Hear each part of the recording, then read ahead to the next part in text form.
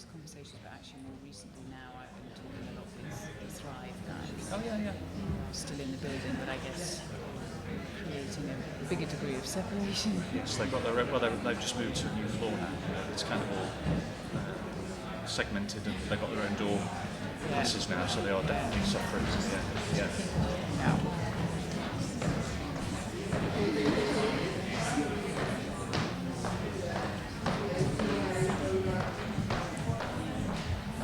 Well, we just moved into a new office in Old Bailey. So we were at Vauxhall. I don't know if you. There's another workspace near Waterloo, I suppose, really. And we've been there for 10 years, I think. Just like cubby hole, really. So we moved into something a bit better, bigger actually, because we need more space. Yeah. Okay. We've got more people working out on a permanent basis. Yeah. Okay. We're ready, aren't we? Yep. Yeah. Okay, so hello everybody. Hello, I think we're all in here. If not, there's plenty of space over this side if there's anyone walking in.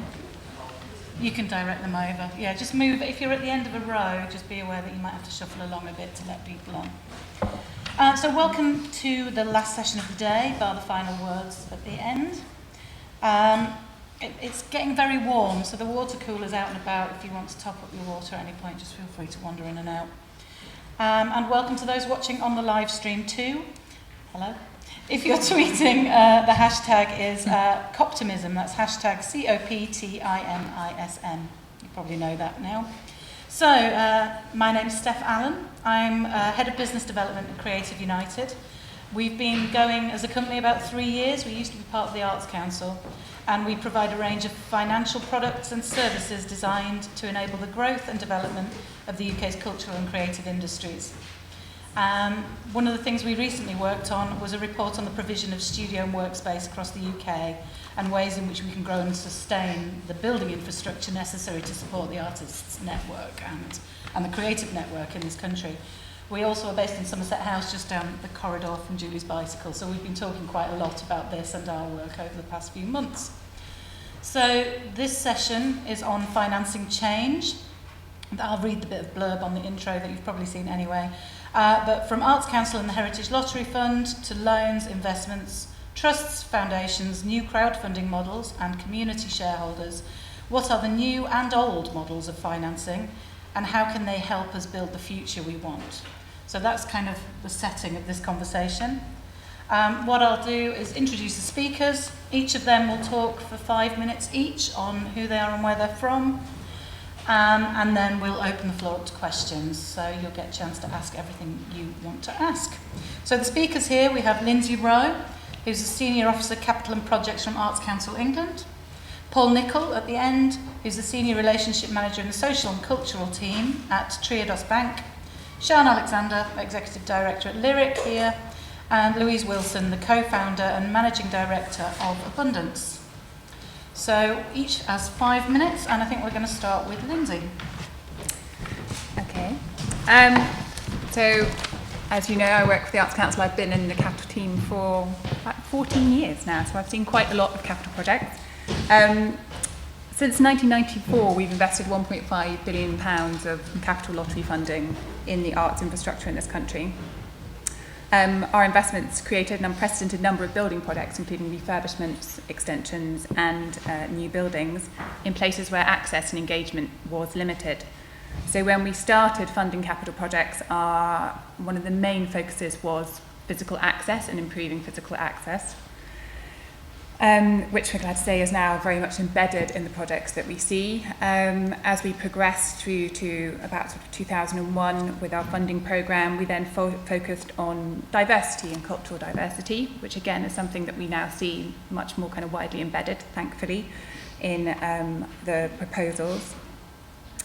And in 2010-2011, we, having not run an open capital funding programme for about a decade or so, we ran a capital pilot programme to test a few ideas. And this was the first time that we embedded environmental sustainability into our funding programme guidelines. Lyric Hammersmith, I'm glad to say, was one of our pilot projects. and their tremendous success, they've taken their display energy certificate rating from an F to a B, and we're hoping for a BREEAM excellent rating. We're all waiting for the outcomes. That's a fantastic result of that programme. At that point in time, I think there were only about 7 projects in our pilot programme. And the amount of understanding and the sense of embeddedness or environmental sustainability in those projects did vary even across those 7 projects. But I'm glad to say that now, having worked very closely, the work that's happened very closely between the Arts Council and Julie's Bicycle, that's much more a given now. We don't have to question it so much. It's absolutely at the forefront of their minds when they're designing these projects. So in our capital strategy for 2012-2015, we absolutely focused on investing funds in our existing infrastructure. So we were stepping away from creating new buildings, which was sort of part of when lottery funding just came about. We created a whole load of new infrastructure, which was great, but we wanted to sustain that infrastructure, and the infrastructure was now needing updating because a lot of those buildings had completed in sort of 1999-2000. They'd been open for 10 or so years, and they needed updating in terms of digital infrastructure and physical access and environmental sustainability. So our capital strategy focused on goal 3, which is the arts museums and libraries are resilient and environmentally sustainable. We've allocated, for 2012-2015, we've allocated £243 million over that period. We have a success rate of 50% for large capital applications and 57% for small capital applications. London has benefited the most from our overall capital investment with 34% of our budget, but given that our target announced by Darren Henley in February 2016 is that by 2018 we invest 75% of our funding overall outside of London, and we're already ahead of the curve. Our projects the majority of our projects are theatre and visual arts and combined arts, as you might expect. And so the other open funding programme is Grants for the Arts Capital. So the grants there are available for up to £100,000 approximately for capital projects. But otherwise, our other 2 open funding streams are our current capital strategy for 2015-2018. Our focus continues to be national portfolio organisations and those organisations that we give regular subsidy to, and existing facilities. So we have a budget of just over 120 million, that's lottery and grant in aid funding, £88 million available for large grants, 32.5 million for small. Our current large grant programme is open now for applications until the 20th of October. Our next small grant programme will open in January, and the application portal will be open until March. So, as I said, our capital strategy is to support organisations to develop resilience by having the right buildings and equipment to deliver their work and become more sustainable and innovative businesses, which includes increasing the environmental performance of the buildings and equipment to support a reduction in carbon emissions. So you can see it's absolutely at the forefront of what we're funding here. So that's for both large and small grants. So large grants are grants of £500,000 and upwards. We have a £40 million budget for the next round, so you can imagine it's incredibly competitive, and grants of £5 million are going to be quite rare, else we'd only be able to fund 8 projects by my maths. Small grants are anything between £100,000 and up to £500,000. We prioritise, as I said, our regularly funded organisations because we're interested in improving the existing infrastructure. And if you're not a regularly funded organisation, you need to have permission to apply from your area office. So that's the first port of call. The deadline and more information about each of those strands of funding is available on our website. In terms of partnership funding, we'd ask for 30%, at least 30% partnership funding in our large grant programme and at least 15% in our small grant programme. So key project outcomes that we're looking for is a contribution to the goal 3, which again, as I said, is about resilience and environmental sustainability. That we'd want the project developed to at least feasibility stage when you're applying for a large grant, and to REAP stage 3 or D for a smaller grant for building projects, this is. We want to improve existing facilities, as I said. We don't want to create so much new infrastructure. Again, that's an inherent aspect of sustainability in our programme. And what, in terms of what you can apply for, there's a whole long list of eligible capital expenditure, but one of those things being environmental sustainability, including installing or retrofitting sustainable technologies. How am I doing? About a minute left. Right, okay, so the key outcomes, we want to see environmental sustainability embedded at every stage of the project. So from feasibility stage, we want to see that you've thoroughly examined what you aim to achieve, your approach to environmental sustainability during design, construction and post-completion, and how the project's impact on the environment will be minimised. We expect you to have considered sustainability as a core consideration in the design, renewable energy generation, whole life costs and the selection of materials, plant and equipment, sourcing environmentally sustainable materials and goods, sustainable construction practices, sustainable waste management for construction, and improve sustainability in the operation of your building. So we're talking about educating your staff, your organisation and all your building users to reduce energy demand, waste and water consumption and maximise recycling. And for already a requirement of our regularly funded organisations is having an environmental action policy and an annual action plan to improve environmental performance and reduce carbon emissions. We suggest that projects, building projects, follow an environmental assessment method such as BREEAM, which we would require a minimum very good standard or equivalent. I think that might be it from me. Okay. And all of that guidance is on the website? All of that guidance is on access. the website, certainly for the large programme, which is open at the moment. I'm not sure if the small grant programme guidance will be available from January for our next round. Lovely. Thank you very much. Okay. We'll save questions for the end, so scribble them down for now, and we can find them later, and we'll move on to Paul. Thank you. So I'm Paul Nicol from Tradeoffs Bank. It's quite possible you've never heard of us, unfortunately, so hopefully put that right today. But Tradeoffs was formed in the back end of the 60s and became a bank in 1980. And sort of sustainable banking and sustainability in general has always been at the sort of core and heart of what we do. Hence our sort of involvement in an event like this, really. So we became a bank in 1980 in Holland, and we're now across 6 European countries, including the UK, and we have about 600,000 customers. So we're a very small bank, but we're quite unique in we have our sort of sustainable banking model where we use depositors' money to fund only social, environmental or cultural projects, and we're very, very strict about that. We won't just do anything. We're looking for it to be sort of sustainable activity. We want to finance positive activity and positive change, really.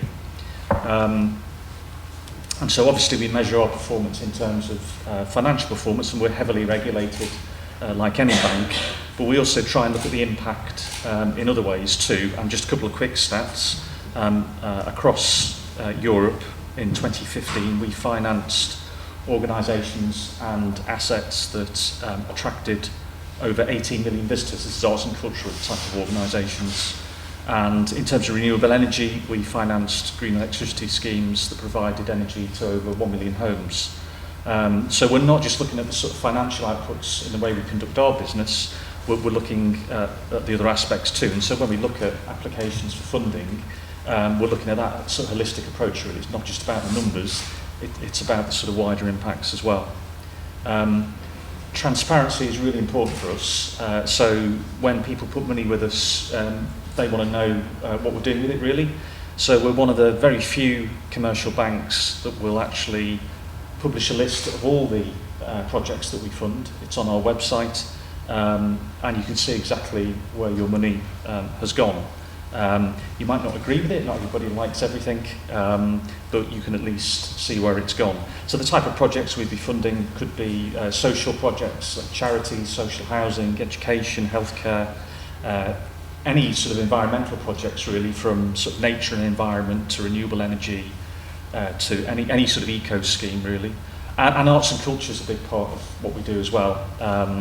So we're really interested in that. Arts and culture, of course, being an important part of everybody's well-being.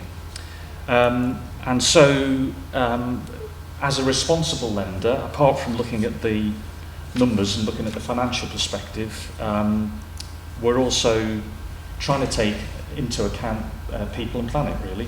And we are trying to make sure that the way we act as a business and as a bank is set as a role model for other organisations in having that sort of holistic approach.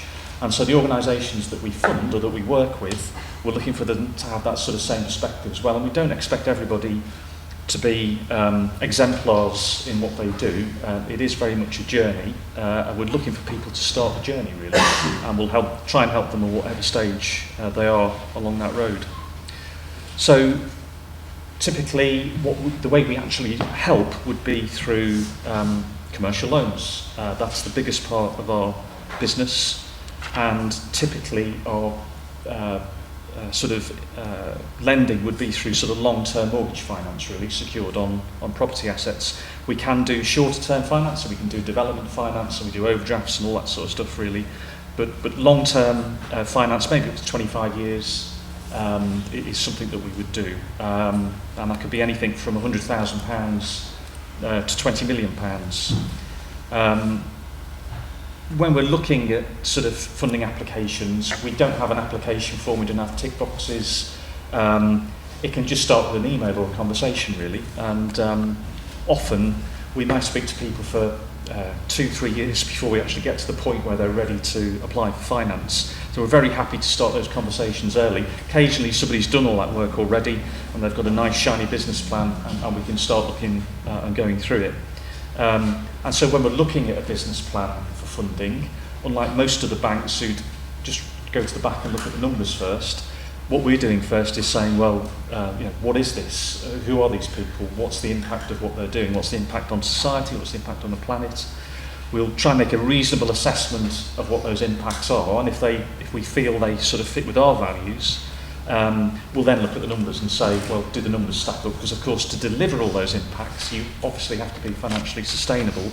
And as a bank, that is obviously a key test for anything we finance. Yes, we want to finance impactful projects, but the numbers have got to sort of stack up as well. And that's part of the sustainability, really. So we're talking about financial sustainability as well as environmental sustainability. And within that, we're looking very closely at the management team, the people, and the ethos of the organisation, and just trying to get a feel. It's a bit touchy-feely, really. It's difficult to put that in an application form. So sort of everything we do is face-to-face contact. We're interested in developing long-term relationships with all our borrowers, really, and working together with them to deliver what they want to do.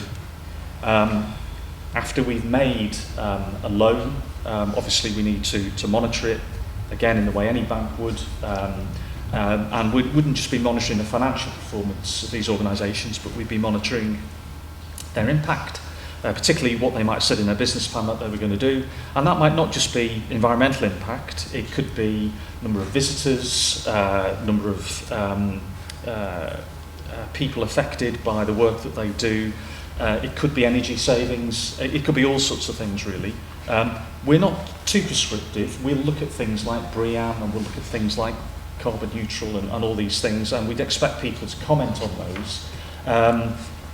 And we may set sort of minimum standards and expectations, but our main focus, although we'll look at that, has to be on the numbers. So we have to have the numbers at the top, make sure that the numbers are right, and look at those other issues underneath. That's in ongoing monitoring. And I suppose a lot of organisations that come to us, they may come to us at the start of a project, deliver the project, and it starts to perform, I suppose, and then maybe 2, 3, 4, 5 years later down the line, Project 2 comes along, and by that time we know them really well. We've seen the impact of what they've done. We've been able to monitor their financial performance and their wider holistic performance, and it's then much easier to perhaps provide additional support going forward. And as I say, for us, it isn't about necessarily achieving excellence in an application to us. We appreciate that organisations are all sorts of different shapes and sizes. They've got all sorts of different risks. Some of them are just not able to deliver, for example, high-level environmental sustainability in year one. It might take them 10 years, but we'd like to know that they've got a strategy and a plan and a journey that they're starting, and we will try and help them, as I said before, go down that road. We'll often work with other funders too, so it'd be unusual for us just to finance a project with a loan. We'd normally, perhaps we'd work alongside grant finance from the Arts Council or other providers. There may be donations in there, there could be soft loans, private loans, all sorts of stuff. So we'll look at that sort of whole package of finance and set the loan in that context. And it's great too if you can sort of prove that by borrowing money, which obviously has a cost, that the cost of borrowing is effectively subsidised by the savings that you might make through having a more environmentally efficient environment that you operate in, or by just having a new building that attracts more people and generates more income and finances the loan. So again, we're trying not to focus on just one area on its own. We try and look at the whole sort of picture and the whole package. Okay. Thank you very much. And moving on to Sian and your experiences of running and managing projects, I would have thought. Brilliant, thank you. So I was asked to try and distill a few key pieces of advice about budget planning and fundraising, and also to talk about a particular crowdfunding approach we took at the Lyric. So I think the first thing that it's really worth holding in mind is that capital and revenue are inextricably linked. And I think we forget that sometimes. The greener and the more efficient your building is, the more that you can create a passive space, then ultimately the cheaper your building will be to run. And so thinking when you have a strategy for a building about what's a capital investment and what's going to be a revenue investment and what impact it will have on your building in the longer term seems to me really key. And also that comes into play when you're then evaluating how you can finance and justify and prioritise the capital interventions that you might make. I think the second thing for me is that leadership from the top, from the beginning, and from your design team is essential. And if you're going to achieve this greener building, it's got to be a core design principle. And I think that funders can see it, can sort of smell it a mile off if it's a bit of an add-on on the side. So it really has to be there at the centre in terms of what you're trying to achieve. And we set targets here at the Lyric when we went into the design process that were also linked to things that our funders expected. So we set a target for 10% on-site renewables, and we set a target for a 20% reduction in emissions, which was something that Hammersmith and Fulham, our local authority, had signed up to as part of their plan for the area. I think the third thing that's really key is to really understand your building, your existing building, and then to understand what's possible. So we had a lot of data here at the Lyric about how the building already performed in environmental terms that showed us a lot about our impacts and our patterns of use. And one of the really early things we did was to commission quite an extensive energy strategy report, which went through all of the different options for the kind of greening investments we could make in the building, and really allowed us to make an informed set of decisions about what things cost, what kind of lightening of impact they would have, how we could pay for those over time. And that then allowed us to think about whether we needed money up front, whether it was the kind of thing you could look at loan finance for over time. And we did, in the end, our project has ended up being funded up front but one element of the project that the Lyric got quite far down the line with was the fitting of photovoltaic panels on the roof, which were going to be funded through loan financing. And unfortunately, we weren't able to proceed with that in the end because of problems we had with our superior landlord who wouldn't allow us to fit them. But at one point, it was definitely going to be a sort of mixed model approach. And then I think the fourth thing to say now, and I think it's really brilliant that they do, but funders now really expect this. I think it's fantastic that the Arts Council now really requires us to think about the sustainability and resilience of our buildings in the long term. And that's been a really positive driver in terms of improving our cultural estate. And if you have a funder that doesn't expect some standards around that to start with, you will probably find that they are compelled to support you by your case for your resilience and your long-term sustainability. So I think it's a bit of a win-win from that point of view. I haven't really come across a project that's become less attractive to fund because of its greenness. So this building was funded through quite a traditional mix of grant funding in the end: Arts Council lottery funding, local authority funding, unusually perhaps funding from the Mayor's office in London because of the education work we do here, and also funding from the DFE because of the education work that the Lyric undertakes.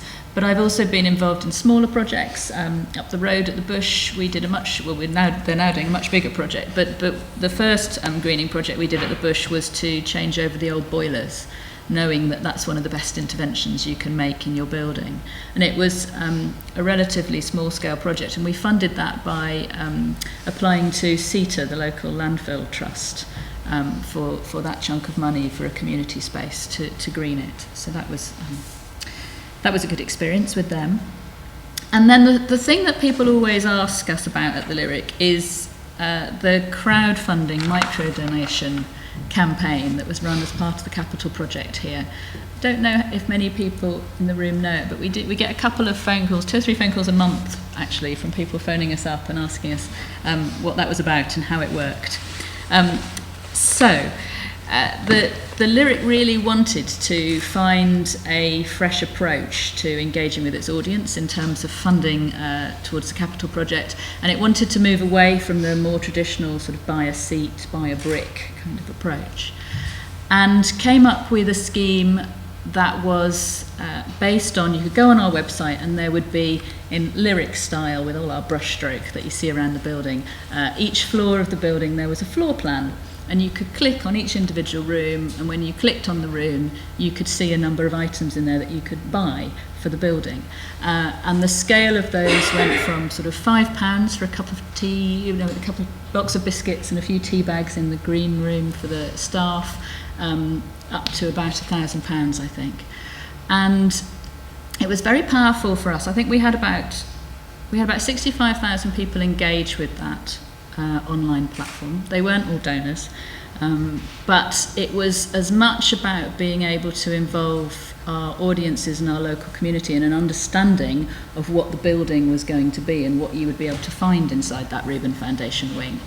And it also allowed us to convey a lot of our environmental messaging. So when you clicked on the various rooms, you could buy an eco hand dryer in the toilets, or you could buy an LED light in the studio theatre, or very popular, for £5 you could buy a packet of seeds for our sedum roof, which went down very well. Now I won't say that it was the biggest income generator. It was a micro donation mechanism, but it was an important part of the mix for us in terms of how we raised money and support and engagement for the project in the long term.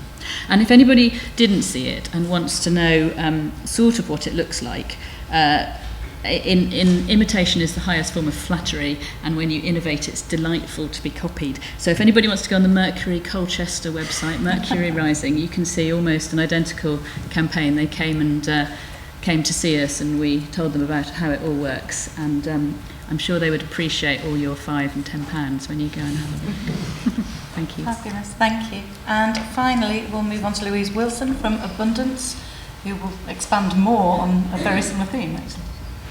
Yes, so we were set up, or we started really being operational around 2012, and we wanted to be the missing link, if you like, or a part of a lot of missing links between the desperate need for capital to make sustainability a reality and a huge desire actually amongst the general population to also help make sustainability a reality. So if we could connect people's capital with in their buckets to the projects that needed capital, then that would be a virtuous circle, and we like virtuous circles. And on top of that, what we would also be doing is actually satisfying a desire amongst individuals generally to invest in things that they care about. And financial services has a pretty poor track record of offering small individuals, I say small individuals, individuals with small amounts of money, interesting, attractively returning investments, things to do with their capital. So that's what we wanted to do, and we started in renewables and sustainability, but always with a medium-term objective to actually expand into what we call social infrastructure. And really, any kind of infrastructure project, if you think about it, is deeply social, whether it is providing transport or arts infrastructure or care homes or education, whatever it may be. But really, I guess the theme of the conversation today is around sustainability. Alison and I used to cross paths in the cafe at the Bush Theatre, where they had an office and we were just around the corner, talking about how could we help the arts do more of this and extend, if you like, the virtuous circle to the arts. And before I came today, CEDARS, which is an equity crowdfunding platform, and I'll come back to some definitions in a minute because it is already massively confusing, even to someone who's in it. But they helpfully put out a report having funded 253 businesses, and they broke it down by sector. They created 15 sectors, but I've distilled it into 4 because it's really powerful, I think, for this sector that a lot of the people in this room are operating in. And I divided into what I call consumer as customer, where the service that you provide or the product you provide, the people that buy it, individuals, they are consumers and they're also your customer. And I would lump into that the arts. And actually it was kind of broadly all of those taking their sectors, breaking down into kind of food and beverage, leisure, travel, arts. So if you like, it's the things that entertain as well and sustain us. And out of those 253 companies that have raised money, that section is 42%, twice as big as the next segment, which I called ripe for technical innovation, which actually would be things like financial services. So very much, the ability that you already have with an engaged customer base to take them one step further and help you fund the things that you want to do is really, really powerful. So I think there's a fabulous opportunity here within the arts, and it's made even greater by, for us, a kind of really significant development which happens from the 1st of November, in that the investments that we offer will be eligible for people to include in their individual savings allowance. Just before I go into that in more detail, I want to do a little bit of definition because it's so exciting to hear what you managed to pull off. But the crowdfunding that Sian and the Lyric did was a donation-based crowdfunding. That's not a regulated activity. What we're talking about is investment. So people are putting their money towards helping whatever project it may be, and they expect a financial return and their money back. Now, it's an investment. There are risks to that, and the general public absolutely understands that. Apart from anything else, we make it very clear for them. But that's a regulated activity, which is why if you wanted to do something down that track, you would need to engage somebody, hopefully like us, to help deliver that. The shape of the project can be whatever you like, but it really, from our perspective, it's self-financing. So for the organisation that wants to put it together, there should be minimal capital outlay at the beginning, and certainly that would be recouped through whether it's generally savings, but not necessarily. If it's generation, then there may have been a tariff attached to it, although tariffs and subsidies are coming down. And it is delivering a financial return to that member of your audience who may choose to donate some of that back over each year. So that potentially creates a bit of an endowment, and we've looked at that. But where you're satisfying their need and desire for an investment that does more than just deliver financial return. And when we started out, we do regular surveys, not necessarily just of our customer base, but also of the wider population. And we've always had 50% or so of people looking for more than just financial return. And the last one we did earlier this year, that number has now gone up to 70%. People want their money to be more than just a number on a statement somewhere. Which, again, to re-emphasize that, creates the opportunity. So yes, so this crowdfunding that we're talking about is investment crowdfunding. It's regulated. People are looking for their money back. Then I was saying, in terms of that kind of opportunity and the coming of ISA eligibility, it is the most widely understood form of savings and investment initiative within the UK, and 11 to 12 million people every year use some or all of their individual savings allowance. And what that does is everything that you put into that wrapper, all of the returns on that are tax-free. And the gross amount that goes into that last year, well, actually 2 years ago, it was £50 billion when the allowance was about £11,000. It went up to £75 billion last tax year when the allowance was increased to £15,000 and some. It's going up to £20,000, so it's kind of pretty, doesn't take an incredibly strong mathematician to work out that that's £100 billion every year, which people are looking to put to work. And mostly in the past it's been cash. It still is predominantly cash, but cash now, you're just sticking it into an account that is making you nothing. All you're getting is the tax break. So there is this fantastic, I call it a kind of perfect storm of people wanting to do more within their money, really, really caring about sustainability and how to deliver that. Organisations who don't have necessarily a lot of capital for this initiative because it may not be their core activity, and now a regulatory framework to bring all of that together. So if people would like to talk about that, then we are really keen to try and make some of that happen. Fabulous. Thank you very much. So we've got 15 minutes to open the floor up to questions. I think there are microphones about. When asking a question, can you please say your name and the organisation you come from first, and I'll repeat the questions for the sake of the people watching and to make sure we get it right, really. Just hold on a second. I think the microphones are just making their way to you. Oh, thank you very much. I think there was one just here. Of course. Yeah, sorry, was I drinking Hi, I'm Kristen. I'm from the Royal West England Academy in Bristol. This is a question for Sean. Really interested in learning about your crowdfunding campaign. I have a couple of nitty-gritty questions, the most obvious ones. I wonder how much you did make from crowdfunding and how many donors you had, and also what the cost was of creating that interactive sort of model that you described at the sort of building itself. So how much you made, how many donors, and what the cost of doing that was. Yes. I don't actually know how many, I haven't got off the top of my head how many individual donors we made or exactly what the income was. But I know that it cost us £5,000 to make the website, and I know that it made a fair bit more than that. Any more? Other one there. Thank you.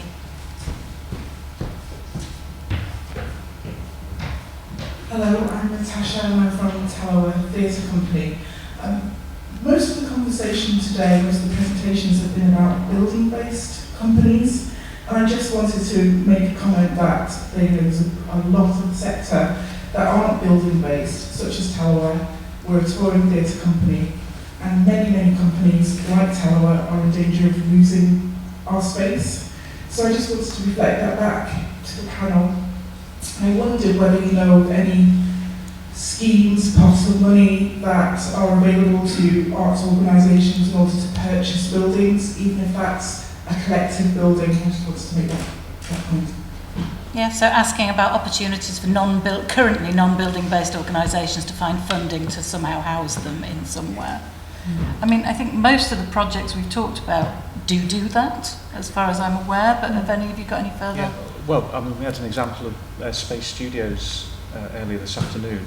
Their whole portfolio was rented, over 20 properties, so 20 different landlords, unpredictable rent reviews, and in theory they had no security for a loan because they've got nothing on their balance sheet apart from these leases.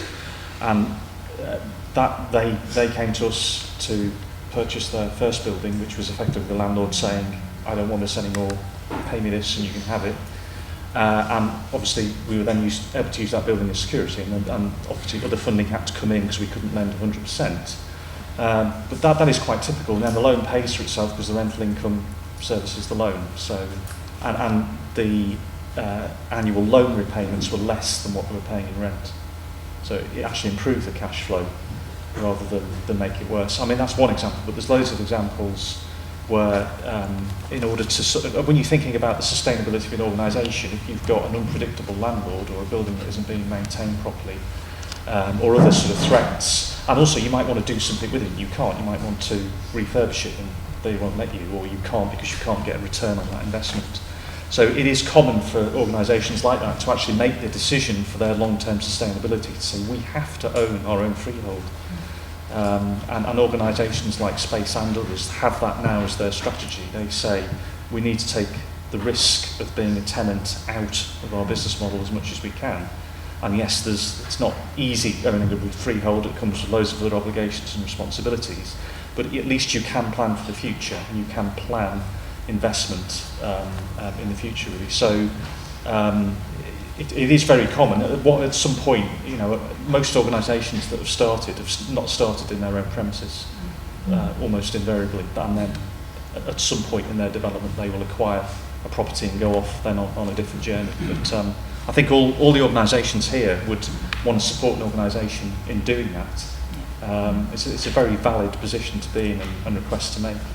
And the workspace and studios work we just did, nearly everyone reported that was their long-term ambition, because then they have more flexibility and they were also in control of their business model. Yeah, that's right. And they could rent out space, they could leverage the building as an asset and use it to develop whatever it was they were trying to move forward. Yeah, that's absolutely right. In fact, what some organisations have done, they've gone and bought a building that's slightly too big for what they need, and they'll rent out part of it, and that extra rental income that they didn't have before services the loan. So that almost looks after itself, and they can just get on doing what they want to do, whatever their charitable or business objectives are, really. So, and actually, in some cases, funds some of their programme activities. Yeah, I mean, they're indeed, using it to indeed. replace grant funding in some cases. That's right, yeah. So it takes the risk out. If you're totally grant financed, and then you replace some of that with rent that perhaps you're in control of a little bit more, then it just de-risks it from that point of view too. Yeah. We've had organisations who currently have a leasehold that have then had the opportunity to buy the freehold of their building, which inevitably, well, as Paul said, comes with risks, in that you're then taking on generally the overall maintenance and liability of the building.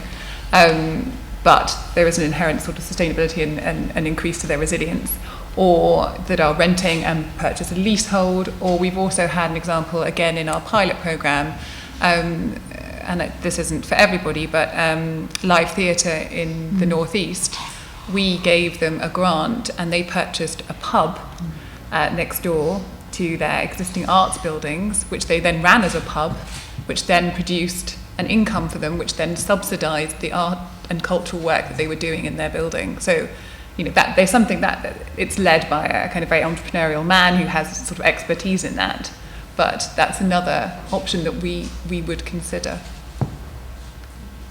And I suppose the alternative is if you don't want your own space, models like the one the Lyric has, where it's a hub and there are 9 arts organisations who are resident here, and we're signed up to a partnership with them at least for 3 years in the first place, and we're sharing our specialist resources in terms of our facilities to deliver our education programmes together.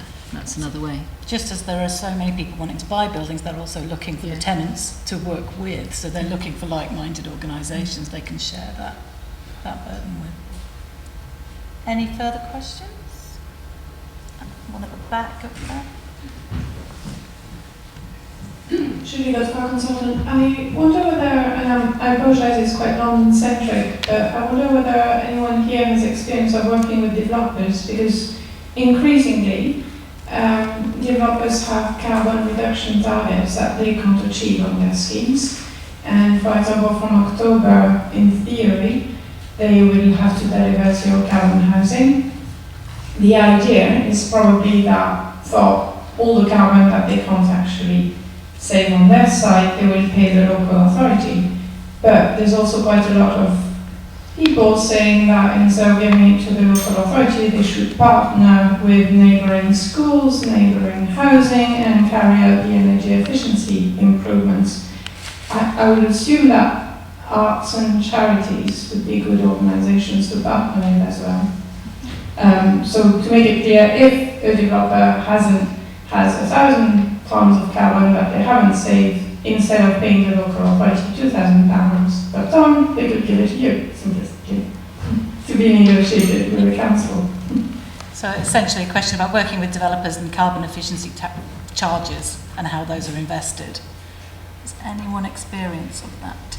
Not directly of carbon efficiencies, although that sounds like a great idea. I suppose the less connected to energy, but the various cultural infrastructure levies or Section 106, as it was, funding, where local authorities can often help to broker channeling that to arts and community organisations. I suppose in a way it's just an extension of that idea, but certainly one it's all worth knowing about, because that's the great question to be asking the planners and the local politicians if you're planning a project. And the local authorities, I suppose, who have ultimate decision on how that money is committed and spent. If possible, get it directly to the developer first, because if it goes through the council, there'll be 30% of it lost in whatever action. So actually, how do you make the developers responsible for that decision making? Yeah. I don't know if anyone else in the audience has any thoughts on that, just to open it back out to you who may have done. No? One for us to take away and discuss, I think. Next question, anybody? No? Okay, maybe I'll turn to one of ours. So one of the questions I think we were discussing earlier is whether arts organisations are seeing a challenge or seeing an approach such as abundances as a risk to getting money from individuals who are investing in ticket sales, in their programme. Are you seeing them diverge their much needed cash in other directions, and is that causing a problem for arts organisations? So there's a question that we've had a number of times when we've worked with organisations, particularly where they are not-for-profit organisations, that there's a concern about asking one of your supporters, whether that's a paying member of the audience or a donor or whatever it may be, that do you cannibalise that revenue stream when you ask them to put money into a project? And our kind of very much sort of supported by our experience is that people, they're quite clearly partitioned. And maybe a good example is that actually if I give £5 to the Lyric to buy some seeds, that is a donation, and and that's in my charitable donation bucket or pot within my head. Whereas if I give the Lyric £5, which actually happens to be our minimum, as an investment to do PV, if only you could do it, then, and the Lyric is saying, I'm going to pay that money back to you over time with some return on top, that's a different one. And people think about that differently. So having described that, do people nod and go, yes, actually I would think about a donation differently to something where I expect something back, and I wouldn't say, well, you've had my £5 here, I won't now buy a ticket. But it is something, it's amazing how much that has come up when we've been talking with fundraising departments and marketing teams. Because actually what it's doing is strengthening the relationship between the donor and as a customer, and they're having that involvement and engagement on a larger scale. And I think there's a parallel there with theatre production, actually, because you quite often find people who will sponsor or donate, invest in a show, give to a show to make it happen, will also, if you're looking at commercial exploitation, invest and expect a return. And they seem to be able to do those two things side by side and understand when they're investing and when they're giving. It's a very, particularly if it's a long-term investment, so we've raised capital that's up to 25 years long. It does depend on, what are the revenues that support it, but we can make it really long-term. Tradeoffs and ourselves, I think there aren't many organisations out there actually that are doing that length. So it is definitely kind of marrying up. As individuals, we tend to think much more long-term than very often the organisations we work with, not necessarily in this sector. So yes, that can create a kind of very powerful relationship, and it just builds and adds different aspects to it, and it creates a way to communicate with that audience in a different way, and help them or help get support for other things that the organisation is trying to do. Brilliant. Okay, well I think that draws to this panel to an end, so thank you so much for participating and thank you everyone for bearing with us. Okay,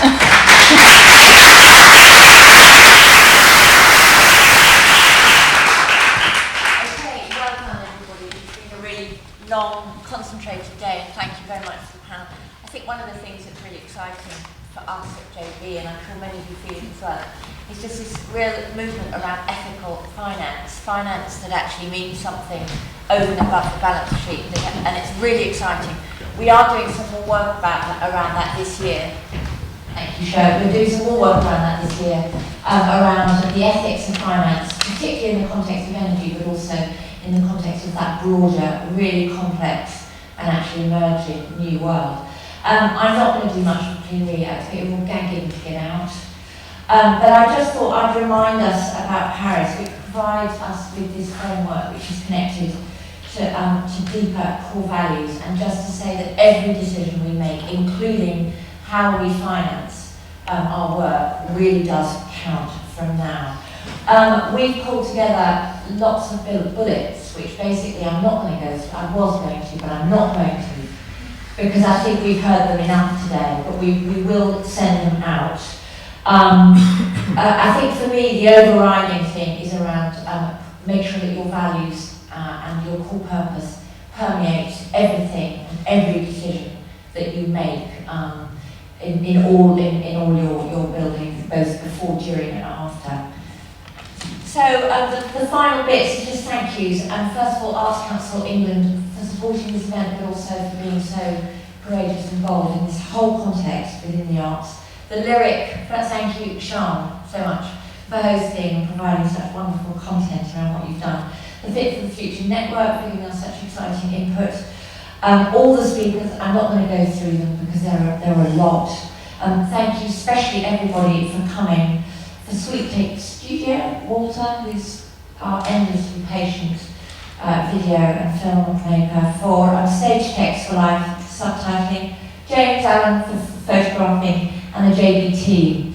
And before we go, I just want to say a big thank you also to Good Energy, who have sponsored this event. Good Energy, we are very proud to be sponsors of. Again, it's another hugely ethical company in the energy space. They're paying for your drinks now, so I expect you'll all be very grateful to them as well. And I just read something in the Evening Standard, actually just a little sort of plug for them, which is that they were yesterday Good Energy with their daily share tip. So there you go. Money, you're going to give it to abundance or whatever, there you go. But thank you, mainly all of you, very much for coming. It's been a really long day. We will synthesise what we've heard today and we'll make sure that you get a copy of it. Please do fill in the evaluation forms for us. That would be really helpful. And we hope to see you all again. Thank you very much.